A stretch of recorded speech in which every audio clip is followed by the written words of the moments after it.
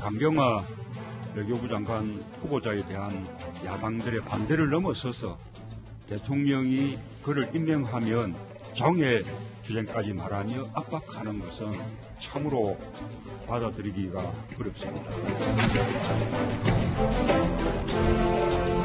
장관 등 그 밖의 정부 인사는 대통령의 권한이므로 대통령이 그대로 임명할 수 있게 되어 있습니다. 강경화 후보자는 제가 보기에 당차고 멋있는 여성입니다. 우리도 글로벌한 외교부 장관을 가질 때가 되지 않았습니까? 국제사회에서 인정받는데 한국에서 자격이 없다면 어떻게 앞서갈 수 있겠습니까? 한미 정상회담이 보름밖에 남지 않았고 이어서 G20 정상회의와 주요 국가들과의 정상회담이 줄줄이 기다리고 있습니다. 외교부 장관 없이 대통령이 어떻게 감당할 수 있겠습니까? 저는 국민의 뜻에 따르겠습니다.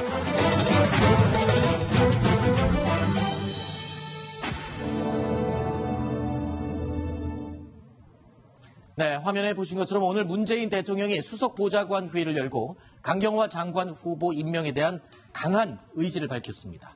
주요국 정상회담이 줄줄이 기다리는데 외교장관 없이 어떻게 감당하겠냐라고 언급하면서 야당의 태도에 대해서 작심하고 비판을 했습니다. 자, 문재인 대통령 입장에서는 작정을 하고 할 말을 다 했다. 이런 느낌입니다만 기다릴 만큼 기다렸다. 이제는 더 이상 기다릴 수 없다. 이런 의미일까요? 네, 그렇게 볼 수 있습니다. 지금 보신 것처럼 야당의 압박을 더 이상 받아들일 수 없다. 인사는 대통령의 권한이다. 이렇게 얘기한 걸 확실히 들으셨는데요. 당초에 우리 수석 보좌관회의 시작되기 전까지만 해도 문재인 대통령 이 수석들과 함께 얘기를 하면서 굉장히 화기애애한 분위기였습니다. 그런데 이제 자리에 앉자마자 오늘은 내가 얘기 좀 하겠다라고 하면서 갑자기 웃음기가 사라지고 굉장히 단호한 표정으로 이런 얘기를 한 건데요. 들어보시면 왜 야당만 반대하느냐? 라고 하면서 작심하고 야당을 비판하면서 나는 그대로 하겠다라는 의지를 굉장히 강하게 밝힌 겁니다. 네. 일단은 뭐 야당에 대한 비판까지 한 걸 보면 진짜 작정을 한 게 티가 났던 것 같습니다. 그렇죠? 정당성을 이야기한 것까지는 이해가 되지만요. 야당들의 반발도 지금 만만치가 않습니다. 그렇죠. 야당들은 대통령이 선전포고를 했다. 네. 그래서 야3당은 대통령한테 강경화 후보자를 임명하는 것을 대통령이 재고해라라고 다시 요청을 했거든요. 네. 지금 문 대통령 언급을 봐서는 이 장관 후보자에 대해서 임명권은 기본적으로 대통령이 있다. 네. 그러니까 야당이 거기에 대해서 뭐라고 하든 간에 임명을 하겠다라는 그런 의지인데 저는 아쉬운 것이 일단 이 강경화 장관 후보자 같은 경우는 야3당이 공통적으로 지금 부적격을 이야기를 하지 않았습니까? 네. 그렇다면 물론 법적으로 봤을 때는 뭐 대통령이 임명해도 아무 문제가 없습니다. 네. 하지만 이 법적인 논리만 가지고 따질 것이 아니기 때문에 정치적인 여러 가지를 생각을 한다면 향후의 추경 문제든 뭐 정부 조직국 개편 아니든 생각을 한다면 조금 더 정치력을 이 부분에서 발휘를 하면 더 좋지 않았을까 하는 아쉬움이 있습니다. 그런데 지금 마지막에 국민의 뜻에 따르겠다라고 말을 하는 걸 보면 그만큼 자신이 있다. 이렇게 이해를 할 수가 있는 것 같은데요. 야당에서는 또 지금 지지율 또 여론만 믿고 너무 마음대로 하는 게 아니냐 이런 비판도 물론 받고 있습니다만요. 예, 국민의 뜻에 따르겠다 하는 거는 이제 가장 기본적으로는 자신의 어떤 지지율, 네. 지금 84.1%까지 올라갔다가 이제 78%로 떨어지긴 했지만 어쨌든 아주 상당히 높은 지지율이잖아요. 그리고 네. 또 강경화 후보를 과연 인사청문회에서 통과시켜줘야 되느냐 아니느냐 이거에 대한 국민 여론조사도 실제로 62% 이상이 해주는 게 좋겠다. 그리고 반대는 오히려 30%였습니다. 네. 다만 그럼에도 불구하고 대통령이 이제 당차고 멋있는 여성 그리고 글로벌한 인물 이렇게 얘기를 했잖아요. 그런데 지금 문재인 대통령이 5가지 인사 기준 결격 사유를 넣은 것 중에 기본적으로 여자기 때문에 병역을 빼고 나면은 3개는 기본적으로 들어가 있거든요. 4개 중에 3개는 기본적으로 들어가 있어요. 그것도 아주 좀 어떻게 보면 좀 비열하다고 할 정도로 좀 죄질이 좋지 않은 그런 내용이다. 예를 들면 뭐 부하하고 같이 회사를 만들어가지고 8천만 원을 같이 넣었는데 6천만 원을 부하한테 내게로 했다든지 뭐 여러 가지 좀 위장전이 또 아주 그 자리가 여러 사람이 쓰는 그런 위장전이 하는 자리고 네. 이런 부분인 것을 봐서 이거를 대통령이 이거는 야당이 나를 압박한다 이렇게 얘기하고 나도 강행하겠다 이렇게 얘기하는 건 맞지 않은 것 같아요. 오히려 그거보다는 내가 처음에 대통령 되기 전에 여러 가지 인사 결격 사유 5개를 얘기했는데 이런 것들을 지키지 못해서 좀 아쉬운데 이 부분 죄송스러운데 좀 이번에는 한번 좀 강경화 장관 후보자인데 꼭 필요한 사람이니까 한번 꼭 해줬으면 좋겠다. 이렇게 얘기를 하는 게 어땠을까 이런 네. 생각을 해봅니다. 손수호 변호사는 네. 생각이 조금 다를 수도 있을 것 같은데요. 어떻습니까? 네, 여러 가지 여론조사가 이제 모든 그 사안에 대한 정답을 보여주는 것은 아니겠죠. 하지만 상당히 시사하는 점이 좀 많을 수도 있습니다. 왜냐하면 이제 언론에서 굉장히 여러 가지 문제 제기를 했고 또 야당도 청문회 과정에서 아주 맹공을 펼쳤습니다. 그런데 강경화 후보자 임명에 동의하는 여론이 청문회 하기 전보다 오히려 청문회가 끝난 다음에 더 높아졌거든요. 이런 점이 무엇을 말하겠느냐. 국민들이 보기에 강경화 후보자 정도면 충분히 외교부 장관에 적합하다라는 판단을 했다. 그리고 또 그게 바로 국민의 뜻이라고 지금 문재인 대통령이 본 것으로 보이고요. 또 하나가 지금 외교 수장이 사실상 공석입니다. 물론 장관이 있긴 합니다만 전 정권이기 때문에. 그래서 앞으로 다가오는 그런 이제 4대 강국이라든지 주변 국가와의 정상회담을 제대로 준비하기 위해서는 외교부 장관이 실제로 이번 정권과 호흡을 같이 하는 장관이 필요한데 시간이 너무 촉박하다. 그렇다고 한다면 지금 강경화 후보자를 장관으로 임명하는데 국민들이 동의하는 거 아니냐라고 하는 판단을 지금 정권이 하는 것 같고요. 네. 여론조사 상으로는 그런 판단이 옳지 않나 생각됩니다. 그러면 지금 방금 시간이 너무 촉박하다 그랬는데 임명을 하더라도 한 18일쯤 하더라도 지금 한미 정상회담 그 전까지는 진짜 며칠이 안 남은 거죠. 달력을 보면서 얼마 남지 않은 건지 좀 볼까요? 네, 조금 전에 좀 지나갔는데요. 5월 말 26일에 인사청문 요청안을 국회에 제출했습니다. 그래서 20일인 6월 14일까지 인사청문 경과보고서가 채택이 되면 임명 부드럽게 할 수 있었는데요. 하지만 불발됐기 때문에 그 다음에는요, 15일부터 10일 이내의 범위를 정해서 다시 한번 보내달라라고 이제 송부 요청할 수 있는데요. 그걸 오늘 이틀 후인 17일 토요일까지 다시 한번 보내달라라고 요청을 했습니다. 그런데도 이때까지 인사청문 경과보고서가 오지 않으면은요, 그 다음날부터는 얼마든지 임명을 할 수 있고요. 사실 임명 강행이라는 표현이 약간 맞지 않을 수 있습니다. 네. 강행은 뭔가 해서는 안 된 일을 한다고 볼 수 있는데요. 법적으로 볼 때 임명할 수 있기 때문에 임명하는 것이라서 네. 강행이라는 표현도 좀 썩 그렇게 완전히 적합하지는 않은 것 같습니다. 네. 원래 이제 장관 후보자든 총리 후보자든 두 가지를 검증을 하는 거거든요. 하나는 도덕성, 하나는 능력, 네. 사실. 그런데 그 중에서 도덕성을 먼저 봅니다. 우리 같은 경우에. 미국 같은 경우에는요. 청문회에 나오기 전에 FBI라든지 아니면 IRS라고 국세청 네. 이런 데서 그리고 백악관에 있는 인사국에서 평균적으로 9달 이상을 검증해서 데리고 나옵니다. 네. 그렇기 때문에 이미 그런 도덕성은 다 어느 정도 검증이 된 상태예요. 그렇기 때문에 정책 자질 이런 것들을 집중적으로 보는 거예요. 근데 우리는 그러지 않고 나오기 때문에 네. 결국 국회에서 이런 도덕성의 문제가 되는 거거든요. 네. 그러면 도덕성과 자질 중에서 자질이 뛰어났을 때 그럴 경우에 그러면 도덕성에 문제가 있더라도 써야 되느냐 이게 문제가 되는 건데 네. 지금 강경화 후보 같은 경우는 예전에 김대중 대통령도 직접 한번 옆에서 같이 일을 해보고 그 사람이 없으면은 진짜 내가 일을 못할 정도로 옆에서 잘 도와주더라 이런 얘기를 할 정도거든요. 그러니까 나름대로 능력은 있다고 보여집니다. 그렇다면은 일단 한 1년 정도는 만약에 야당에서 1년 정도 한번 내가 써볼 테니까 대통령이 그 다음에 만약에 그때 잘 능력이 발휘가 안 된다 그러면 그때 내가 다른 사람으로 바꾸겠다라든지 이렇게 좀 어느 정도 양보안을 내준다면은 야당도 처음에 대통령이 처음으로 조각을 하는 것이니까 같이 양보를 해주지 않을까 네네. 이런 생각도 해봅니다. 알겠습니다. 자, 문재인 대통령 강경화 후보자 임명에 대한 강한 의지를 밝혔습니다. 그래서요, 저희가 시민들의 생각은 어떤지 몇 분 여쭤봤습니다. 어떤 이야기들을 하시는지 들어보시죠.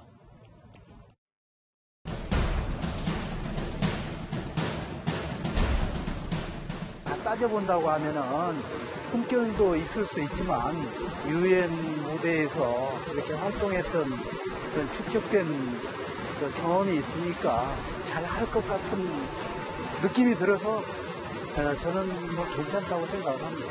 문 대통령이 미국으로 정상회담하러 가시잖아요. 또 외교부 장관도 없이 이렇게 떠나고 좀 안타까운 것 같아요.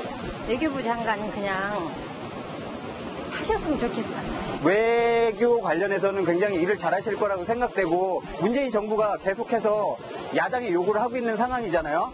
그러면은 이거는 뭐랄까 좀 대승적인 차원에서 야당도 같이 협조를 해서 좀 했으면 좋겠다 하고 저는 찬성하는 입장입니다.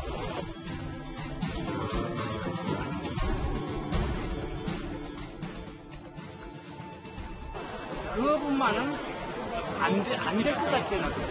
그걸 청문회를 할 때 또 모든 것이 거짓말로 드러나고 그러잖아요.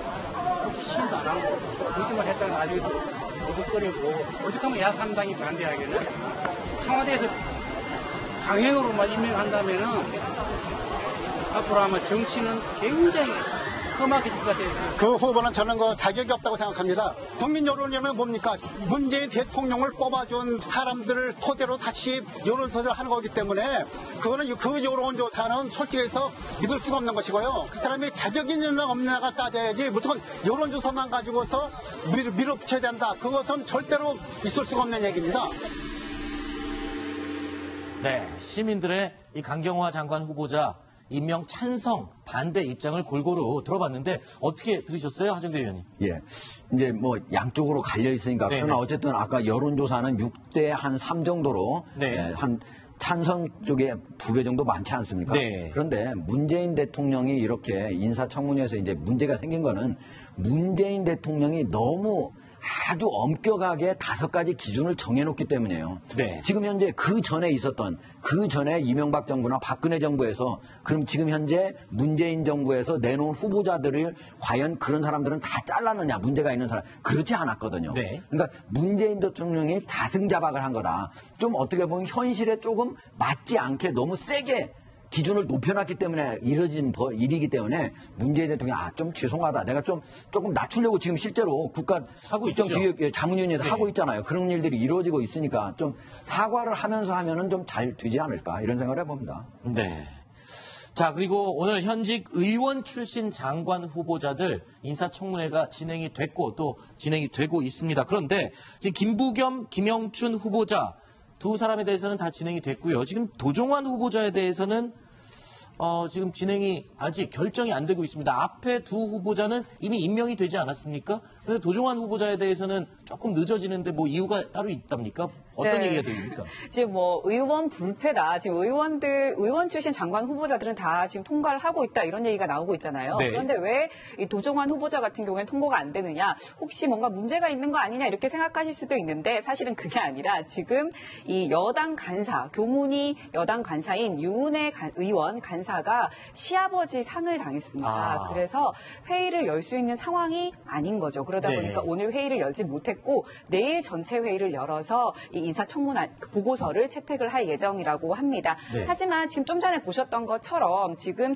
대통령이 강경화 후보자에 대한 강행 의사를 밝혔기 때문에 지금 야당들이 굉장히 화가 난 상태잖아요. 네. 그래서 내일 어떻게 될지는 모르는 거죠. 그런데 참 국회의원들도 좀 신기했던 모습이 강경화 후보자의 임명 강행 의지를 밝히자마자 굉장히 예민한 반응을 보이면서도 국회의원 출신 후보자들에 대해서는 임명을 쉽게 그리고 청문회도 굉장히 화기애애한 분위기에서 부드럽게 진행이 됐거든요.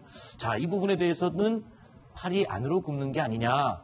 너무 의원들끼리 자기네 식구 봐주기 아니냐 이런 이야기도 없지는 않습니다. 자, 그리고 오늘 이 청문회 자리에서요. 조금 어제 청문회였나요? 네. 어제 청문회였습니다. 어제 청문회에서 조금 당황스러운 장면이 있었습니다. 화면으로 함께 보시죠. 무형문화재가 다 있는데 우리 태권도는 1억 명이 넘는 동호회를 가지고 있으면서도 명인 지정이 안 돼 있습니다. 외국에 나가보면은 세종학당이라는 것이 있습니다. 거기서 태권도를 가르쳐준다 그러면 많이 몰려듭니다. 태권도를 시작한 처음부터 차렷, 한국말을 합니다. 차렷 경례, 국기에 대한 경례합니다. 차렷, 사원에 대한 경례합니다. 그리고 품시 시작합니다. 그리고 예를 들어서 이렇습니다. 제가 잠깐 시범. 시합을 할 테니까. 한번 준비! 경례! 시작! 그리고 상대방이 맞추겠으면 막! 참! 경고하라! 이렇게 합니다. 태권도를 너무나 정상인 것 같아서 우리 장관 후보자께서 정말 배우심을 가지고 유념해서 좀 잘하시고. 네. 아시겠죠? 네. 할수 있죠? 예. 열정을 가지고 아주 생동감 있게 질의를 하셨습니다. 네, 소정섭 전 시사저널 편집국장께서는 이 화면 어떻게 보셨습니까? 왜 이동석 의원이 저렇게 태권도에 애착을 보인 겁니까? 일단은 과연 저 자리에서 저렇게 했어야 될까? 네. 하는 그런 생각은 드는데 이동석 의원이 제가 살고 있는 데서 멀지 않은 곳에 그래요?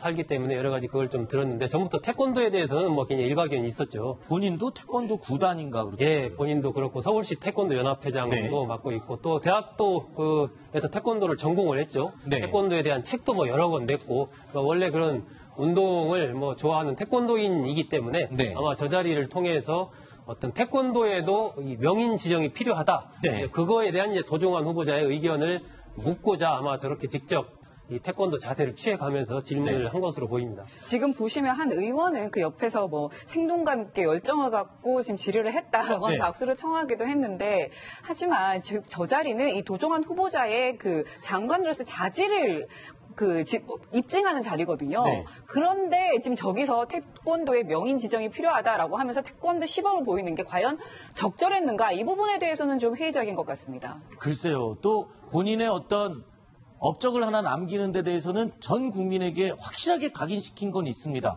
태권도 명인을 만들어달라고 추진했다. 이 업적은 분명히 각인이 됐네요. 그렇죠. 어떻게 보면 이제 사실은 장관 후보자에 대한 검증을 해야 되는 자리를 네. 자기 자신의 어떤 과시, 홍보 자리로 이렇게 만든 건데 그러다 보니까 2000년 이후에 사실은 장관이 입각할 때 단 한 사람도 낙마한 사례가 없습니다. 그렇죠. 그러니까 국회의원들이 사실은 개혁도 있고 뭐 국민을 위해서 여러 가지를 한다고 하지만 저 자리에 나올 때부터 과연 이동섭 의원이 내가 진짜 검증을 열심히 하려고 그런 생각을 가지고 나왔을까 이런 의문을 제기하지 않을 수가 없네요. 네.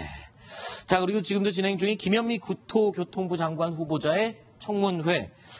야당의 공격 포인트가 뭐였습니까? 오늘 굉장히 날카로운 질문도 많이 나왔다고요? 네, 그렇습니다. 일단 김현미 후보자에 대해서는 이 자질이 부족한 거 아니냐, 좀 전문성이 부족한 거 아니냐 이런 얘기가 많이 나왔습니다. 김현미 후보자 같은 경우에는 아무래도 이 국토부와 관련된 경력이 좀 많이 없다. 하다못해 국토위원도 하지 않았는데 이렇게 국토부 장관으로 가는 것 이게 결국 코드 인사, 낙하산 인사 아니냐 이런 얘기가 나왔고요. 그리고 석사 논문, 이 김현미 후보자 같은 경우에는 연세대 언론홍보대학원을 나왔는데 이때 졸업할 때 석사 논문이 표절이 아니냐 이런 논란에 휩싸였습니다. 그렇군요. 자, 그 날카로운 질문들이 쏟아진 청문회 내용 영상으로 줄여봤습니다. 함께 보시죠.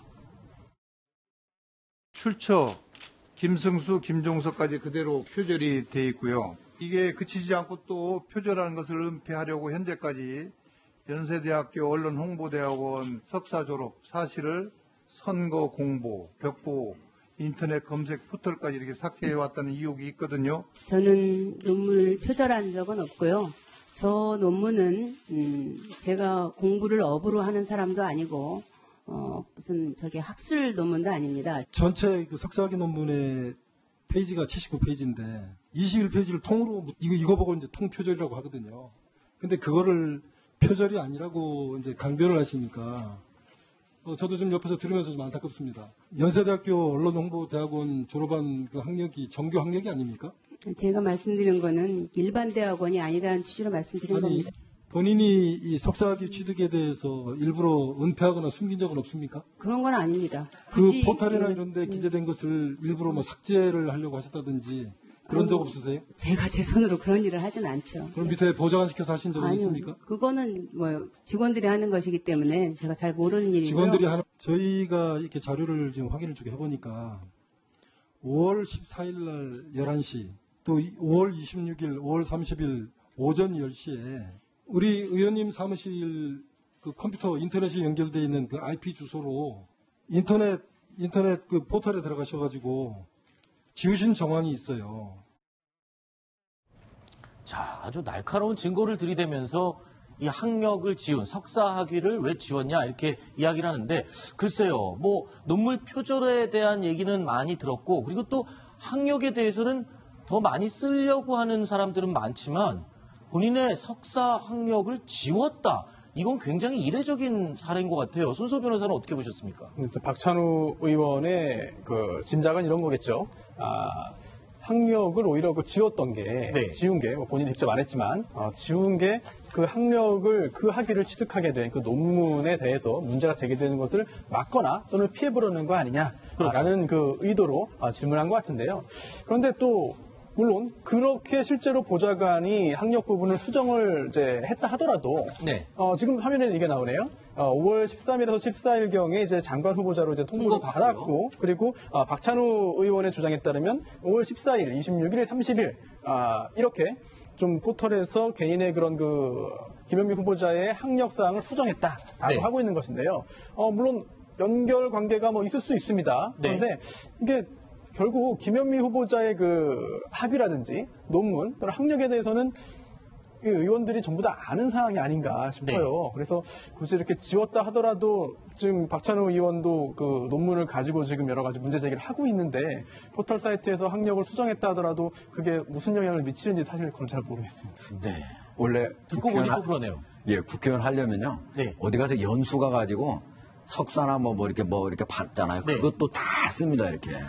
다 쓰는데 사실 왜 갑자기 이 시점에 석사 학위를 지웠을까? 사실 그런 의혹은 일반인으로서는 제기해 볼 수 있다고 생각이 되네요. 네, 그러네요.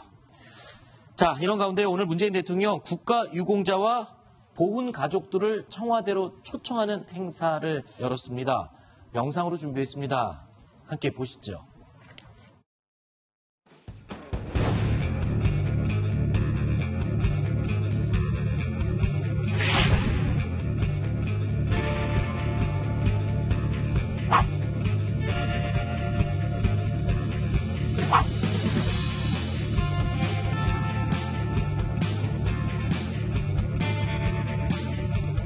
존경하는 국가유공자와 보훈가족 여러분, 안녕하십니까? 국가를 위해 헌신한 여러분 한 분 한 분이 바로 대한민국입니다. 보훈 잘하는 나라가 안보 잘하는 나라입니다. 그렇지 않습니까? 앞으로 대통령님과 함께 힘을 모아드리겠습니다. 건배 제의를 하겠습니다. 정의로운 나라, 새로운 대한민국을 위하여 건배!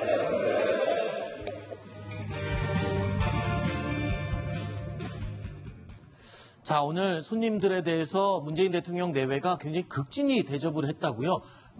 대접이 너무 극진해서 시간도 늘어났다 그러는데 어떤 내용입니까? 네, 일단 첫 번째로 순서가 좀 달랐는데요. 그동안 보통 참석자들이 먼저 입장을 해서 자리에 앉아 있으면 그 후에 다 정돈된 후에 대통령이 입장하는 게 통상적이었습니다. 그런데 오늘은 반대였습니다. 오히려 문재인 대통령 부부가 먼저 와서 보훈가족들이 장소에 입장하는 것을 기다렸다가 저렇게 일일이 악수를 하는 그런 장면을 봤는데요. 그리고 또 하나가 좀 몸이 좀 편찮으시거나 좀 거동이 좀 불편하신 분들이 계시면은 눈높이를 맞추기 위해서 이제 몸을 좀 낮춰서 같이 인사를 나누는 그런 장면도 볼 수 있었습니다. 결국은 애초에 한 15분 정도 악수 시간이 배정되어 있는데 실제로 저렇게 일일이 천천히 악수를 하다 보니까 2배가 넘는 36분의 악수 시간이 소요되었다고 합니다. 네, 박소영 기자. 그리고 조금 전에 그 의장대 모습이 나왔는데 저렇게 전통 의상을 입은 의장대 모습도 흔히 볼 수 있는 모습은 아니라면서요? 이것도 예우 차원이었습니까? 네, 그렇습니다. 흔히 볼 수 있는 모습이 아닙니다. 저런 모습은 언제 나오냐. 지금 보시면 버스에서 내리는 데부터 영빈관에 들어설 때까지 의장대가 이렇게 사열하고 있는 모습을 볼 수 있는데요. 이런 모습은 외국의 국빈이 우리나라의 그 청와대를 방문했을 때만 볼 수 있는 모습입니다. 그렇군요. 바로 저 모습이죠. 네, 그렇습니다. 그런데 이번에 이 유공자분들이 청와대를 방문했을 때 이렇게 한 거죠. 민간인 초청 행사에서는 최초로 사열을 한 거라고 합니다. 이런 모습은 아마 대통령이 국가 유공자들이 그만큼 존중하고 또 제대로 대접을 받아야 된다. 이런 마음이 담긴 게 아닌가 싶습니다. 그렇군요. 사실 문재인 대통령이요. 그전에 이제 미국 같은 데는 보면은 오바마 대통령이 백악관의 청소부하고도 이렇게 주먹으로 맞대고 이렇게 인사를 한 적이 있고 또 어린애는 머리가 곱슬곱슬한지 한번 만져보자고 하니까 자기가 90도 이하로 쫙 해서 한번 만져보라고 한 적도 있잖아요. 상당히 소탈하고 서민적인 모습인데 문재인 대통령이 대통령 된 다음에 아마 우리 국민들도 대통령이 저렇게 소탈하고 상대를 배려하는 모습, 소탈하는 모습을 보일 수도 있구나 하고 아마 국민들이 상당히 뿌듯해하지 않을까 이런 생각을 해봅니다. 네, 알겠습니다.